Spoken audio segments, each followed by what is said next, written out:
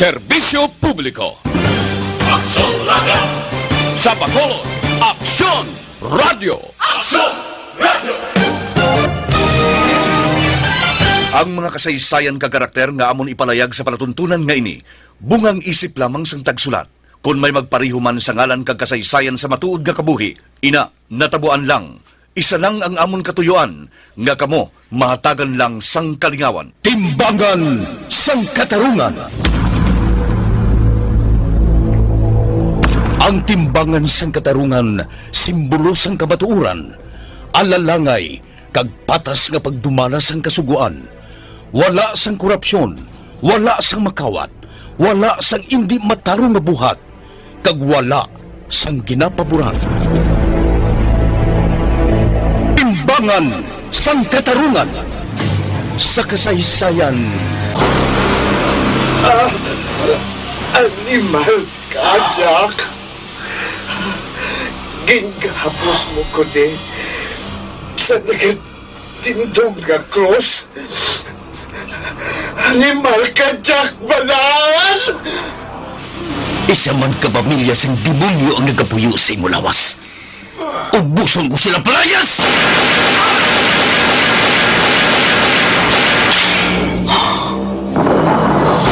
Kapoy na ako sa kamong. Luya ko nang maglinog ang kabuhi ko. Pero mentras may pareho sa mga demonyo, hindi ako maglinog.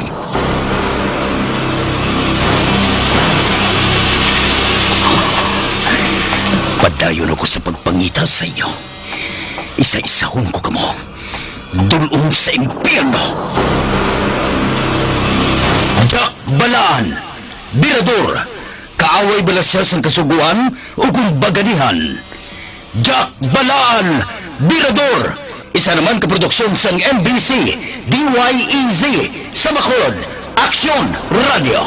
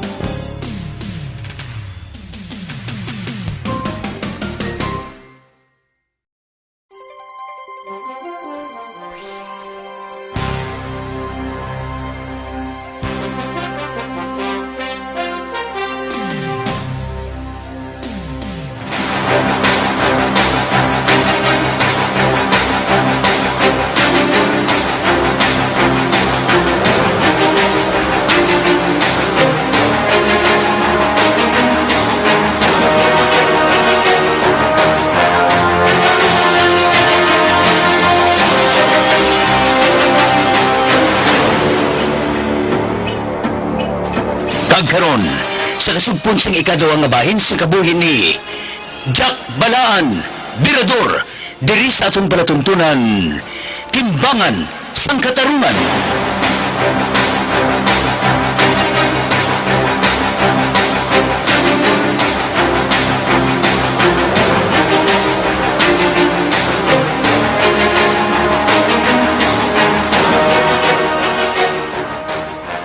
Ano? Ninyo, demonyo? Daw nabatian ko na ina sa una tsaka. Pero daw nawasag naman ang grupo nila. Naglinapta. Ang iban nagkalamatay na. Kag nagkalapriso ng iban nga miyembro sina. O, sir. Naguba ng grupo nga ila sang mapriso ang ila leader nga si Ninyo Demonyo. Pero sa magkagwa na ini sa prisuan, liwat niya nga gimporma ang iya grupo. Amo bala? Pareho ko check, sir.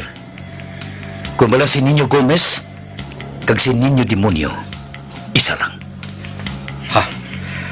Ho, matuod, Jack. Ho. Ho. Ipacheck ko ina, Jack. Subunggit. Tawagan ko si Sir.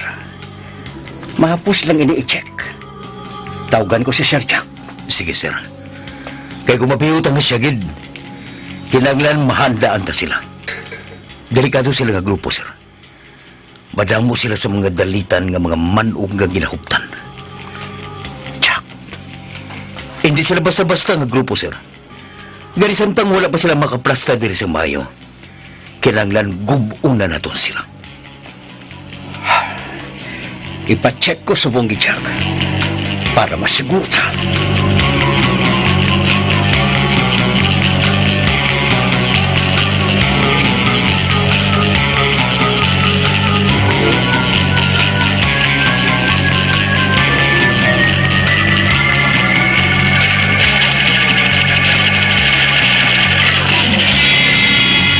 Hello, Mr. Lee.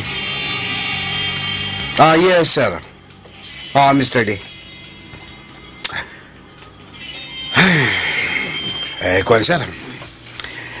Do kabudla naging kayo sang sitwasyon dari subong eh. Ano? Bisan dira? Mugani, sir eh. Wala akong tatang operation sa mga pulis diri. Kaga, tiyari, tako nang nadula sa income ta. Siling uli eh. Ang pinakabaskog ko nga ginadagdagan, ginraid man. Kag, papayagin siya sa mga polis. Oo, sir? Oo, Mr. Lee. Ay, may problema diri pinakadlaw kung madakpan kag ikanta ako. Amo lang problema. Ha? Oo. May nadakpan sila nga tao ko, gid. Ginplano ko ganing ipatumba na lang eh. Pero para lang nga hindi na makapakanta pa. Pero, do kabudlay, gid. Budlay guon. Ha? Oo, Mr. Lee. Oo, amo na taning iambal ko gisi mo. Mas maigi taning kung ano gid man malaylo lang tanay ah. Kainit na gid eh. Delikado na gid kayo, sir. Oo, sir. Ate, sige. Mas may man. Timbre lang ko kung nanugid man ah. Okay. Ate, sige. Malaylo ko na isubong. Stop ta na yung operation ta eh. Kabudlay ba nga pilito tagid ni basi kung mag-uot bala. Okay, Mr. Lee. Salamat, gid. Sige. Okay lang ko. Okay lang, Mr. Lee. Mangita lang ko na isang laing makortahan sige, Mr. Lee. Pagaday lang talawat Okay, bye. Boss. Ate, ano pa ba? Paway kita ni subong sa mga transaksyon ta sa droga. Sobra nagiginit. Mabatuod, boss. Sobra kadako sa nga perdita. Kadamo na sang nakalawit yung mga tao ta. Kagabi mo masyo, bisan mga kontak ko sa babaw, nagampal nga bisan sila. Nabudlayan naman sa pagpalusor sa mga items pa kanto dere. Halos sirado na ko ng mga lagyan. Sabagay, kung nalugiban, wala masang problema kung pauntata. Untata na ito, negosyo eh. May diskarte naman tayo nga may imo nga makwartahan tamang iban, hindi ba? Sabagay. Lagi niya, hindi pa masyado risgogin. Layo pa ta sa bulabog, masyong. Hindi pa madali-dali maglupok ang ngalan ko. Aray, malaylo ta sa droga. Puntakan mo si, si Rolin kay si Jerry. Punta sila. Pakantuhan sila sa safe house kaya may meeting ako sila. May importante tang hambalan na siyong. Okay, boss, ah. Ay, Si Papa, siya di ka panawag. Sige, Masyong. Kanto ito si Rolin. Pula tayo ko sa safe house, ha? okay, boss. Hello, Pa. Okay lang ko di, Oo, Pikoy, kumusta ka da? Ate, okay. Mayaman kong sumbong sila. Okay ka pa. Okay na, wala na problema. Naplastar ko na di, Kung makita mo ang ginpahimo ko nga display center, baka siling kagid nga ngayugid ang pagplastar. Oo, pa, oo. Wala problema, Bala. Oo. Basta yan, bala sa akon kung ano, klase yung slakyan, luyag mo kay padalaan ta kata. Oo, Mayo diyang lakat sang bayan, sir, pa. Damo ko ni baligya slakyan. Oo, gani. Ate, sige, okay. Ay, kumain lang tayo ng dalagan sang partnership ninyo sa kumpare mo. Hindi na lang napagbulagi. Kundiri, okay man ko diya. Masarangan ko man ang padalagano ng negosyo, ta? Ano? Tawag ka pa? Ate, sige. Wala to kong tawag mo. Okay pa? Pala mo pa ako sumayo yung balita sa imo. Sige. Sige. Wala ton, Ikaw man halong da. Halong da. Sige, bye. Ay, budlay. Tamo problema. Wala to kong tawag niya. Kung okay na siya dito. Doon daw naman ko sa idol ko. Malawig-lawig naman nga wala kami sa komunikasyon sa to.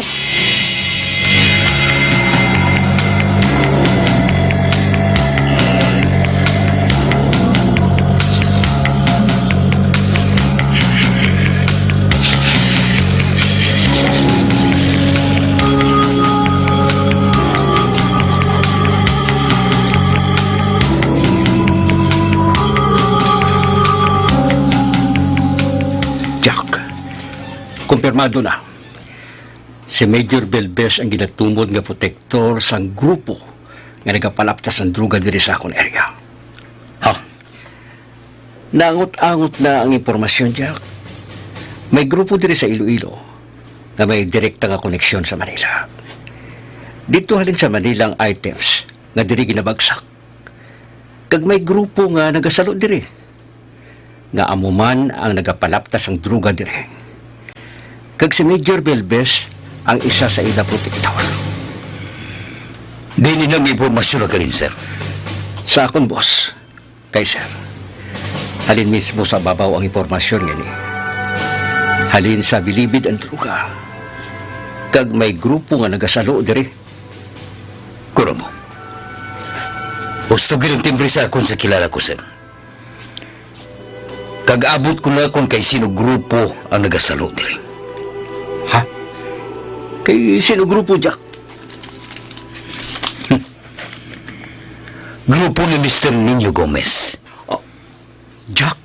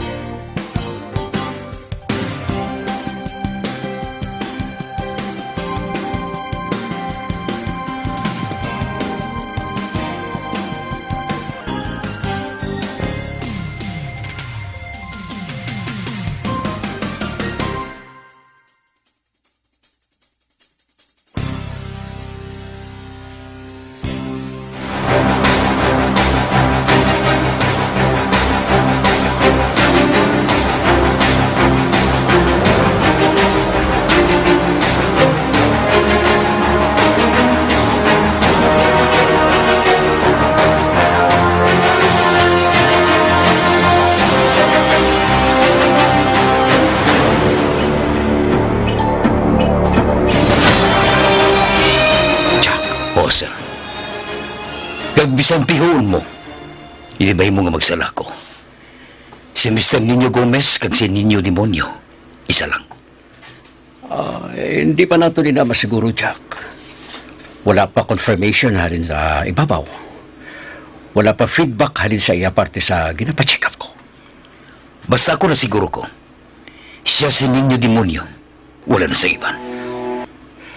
Hulaton ka lang ang resulta sa ginpacheck ta, Jack. Kag kung magsanto sa pagpati mo ang resulta, ipatrabaho ko sa Mr. Gomez. Ipamonitor ko ang activities niya. Hatagi ako sa permiso, sir. Kami sa mga upoy ko mamonitor sa hulag ni Mr. Gomez. Jack, Oo, sir. Siguruhan ko sa imo. Hindi magdugay. May makuha gid akong impormasyon kung ano gid si Mr. Gomez. hulat-hulaton lang anay nato ng feedback halin kay Sir Jack. Kag maayo pa ako sang clearance halin sa iya. Mabudlay maghulag wala sa basbas halin sa ibabaw. Sir, Maayo lang ako sa imo, Jack. Jutay lang nga tiyempo. Oo, jutay lang. Sa imo ko ini patrabaho kung may clearance na gidman. sige. Ikaw ang bahala. Timbrihin lang ako kung okay na. Oo, Jack. Makasalig ka. Okay. Mapaulian na ako sa amon total. Wala pa man kita sang trabaho. Pulian ko ng asawa ko. Nabalakan na siguro siya sa akon. Ate, sige, Jack. Tawagan ko lang kamo kung may lakat kita. Sige, sir. Malakan na ako. Salamat, gid, sir. Sige, Jack. Halong ka gid, ha? Salamat, liwat. Ato na si Jack. Nagasalig ako kay Jack. Pero kinahanglan ibutang ko sa siguro ang tanan. Nasugid niya sa akon nga may personal sila nga away ni Mr. Gomez. Kag wala ko makahibalo kung ano ang madalom nga ginawayan nila nga duha. Oo. Nagapati ko sa ginasugid niya sa akon. Pero kinahanglan ibutang ko sa siguro ang tanan niya ini. Basi tungod sa personal niya ang kaagi kay Mr. Gomez. Himuan niya ini sa sala. Datusan niya sa hindi manusto. Kag unfair man ina sa bahay ni Mr. Gomez nga iguon siya. Nga wala man siya sa sala. Pasensya ka na, Jack. Pero di ko pwede nga ibutang sa alang-alang na sitwasyon ng alan sa amo na hanay. Kinanglan ibutang ko gid ni sa siguro. Hulaton ko gid ang feedback ni Sir. Kag kung magmatud ang suspetso mo, Jack, dira kag mahulag na kami. Batok kay Mr. Ninyo Gomez.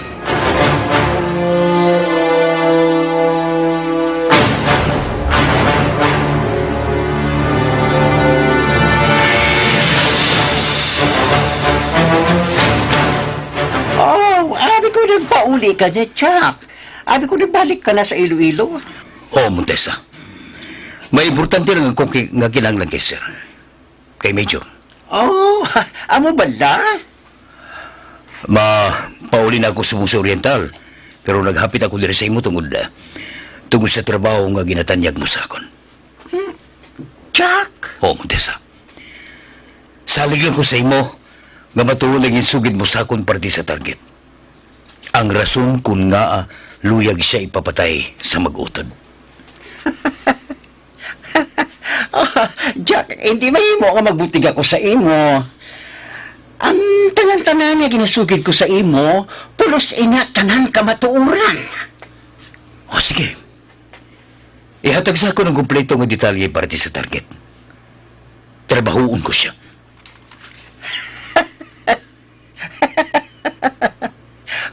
Amay lang madugay ko na ginahulat nga mabatian sa imo, Jack. Okay. Ihatag ko sa imo ang kumpleto nga data, Jack. Sa diin nila nga lugar. Sa Antique. Kalayo galing. Malapit lang ina. Kung makatabok ka na sa Iloilo. Kabisado mo ang Antique? Hindi. Kinanglan ko ang guide. Ikaw ang mangitas ang guide mo. O kon ako.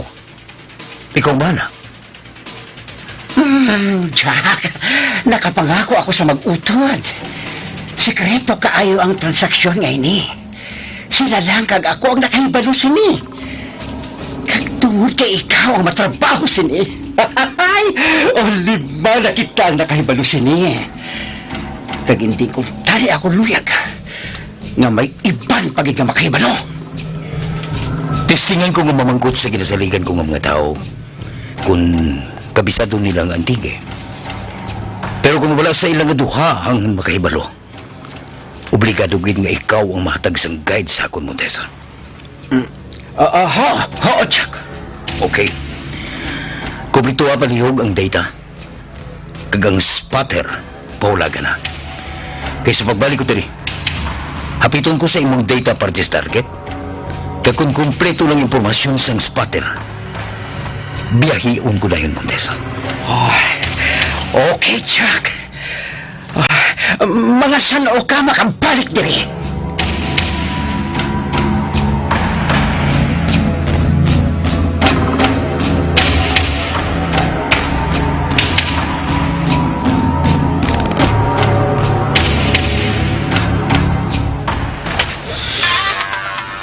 Naman, may nanawag naman sa cellphone ko. Ba, nasagwa mo ni ka number? Kasi mo ni ginapawat mo ko nga tawag. Sabton ko. Hello? Hello? Hello? Sino ni? Ngaway ka tingog? Hello? Nenyo, ikaw ini? Wait. Oo. Ako matod din eh.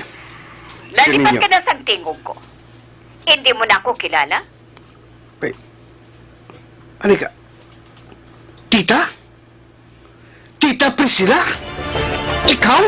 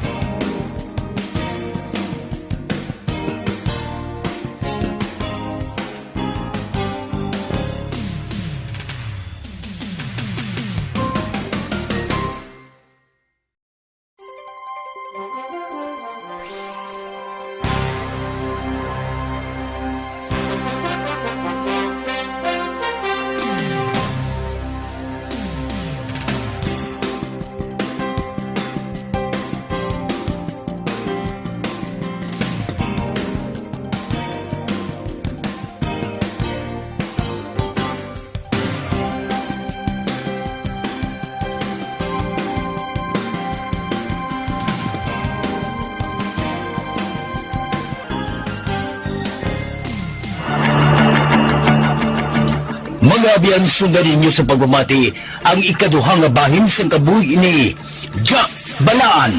Dili sa atong palatuntunan, Timbangan sang Katarungan.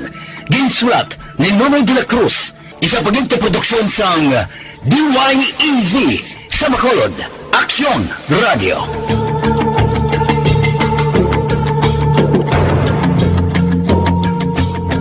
Aksyon! Radio!